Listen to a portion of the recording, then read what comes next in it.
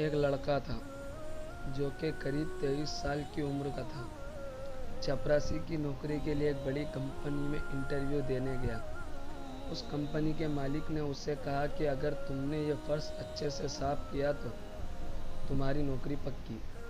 बस फिर क्या था, उस आदमी ने फर्श को एकदम से चमका दिया, जिसे देखते ही मालिक ने कहा तुम्हारी नौकरी पक्की, तुम कल से काम पर आ जाना। बॉस ने उस आदमी को बुलाया और कहा कि अपनी एक आईडी प्रूफ और ईमेल आईडी भी बतानी होगी। आदमी ने तुरंत कहा कि मैं तो एक गरीब व्यक्ति हूँ, मेरे पास ना तो कंप्यूटर है और ना ही मैं ईमेल आईडी बनाई है। बॉस ने तुरंत कहा, अरे हमारी बहुत बड़ी कंपनी है, हमारे हर काम करने वाले व्यक्ति की ईमेल चाहिए होती है और ये अनिवार्य है। आज के युग में अगर तुम्हारी ईमेल आईडी नहीं है तो तुम्हारा कोई अस्तित्व नहीं, हम तुम्हें इस नौकरी पर नहीं रख सकते। वो व्यक्ति बहुत निराश हुआ और वहाँ से चल दिया। अब उसकी जेब में केवल 500 रुपये थे। उसने फैसला किया कि वो सब्जी बेचकर थोड़े पैसे कमा लेगा। उसने 500 रुपये के टमाटर खरीद लिए और सिर्फ 2 घंटे में सभी टमाटर बिक गए। उसने फिर 500 के टमाटर खरीदे और वे फिर बिक गए। इस तरह उसने दिन में 3 बार 500 रुपये के टमाटर खरीदे और सारे टमाटर बिक जाते। एक दिन अंत में उसे काफ़ी मुनाफा हुआ। घर जाकर उस व्यक्ति ने सोचा कि अगर मैं इसी तरह सब्जी बेचता रहूं तो काफ़ी मुनाफा कमा लूँगा। उसने 6 महीने तक यही काम किया और जब उसके पास काफ़ी रुपए इकट्ठे हो गए तो उसने सब्जी के लिए एक रेहड़ी खरीद ली। अब उसका काम बहुत अच्छा चलने लगा। बहुत जल्द उसने ट्रक से सब्जी बेचना शुरू कर दी और देखते ही देखते उसने सब्जी बेचने का होलसेल काम शुरू कर दिया।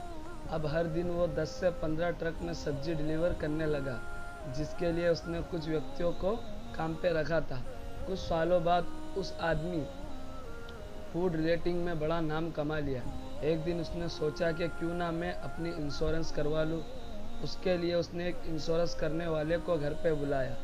जब ब्रोकर उस व्यक्ति के इंश्योरेंस कर रहा था तो उसने उस आदमी से ईमेल आईडी पूछा तो कहा, मेरी ईमेल आईडी नहीं है। इंश्योरेंस ब्रोकर बड़ी हैरानी से पूछा कि आपका इतना बड़ा बिजनेस है लेकिन आपका ईमेल आईडी नहीं, ऐसा कैसे हो सकता है?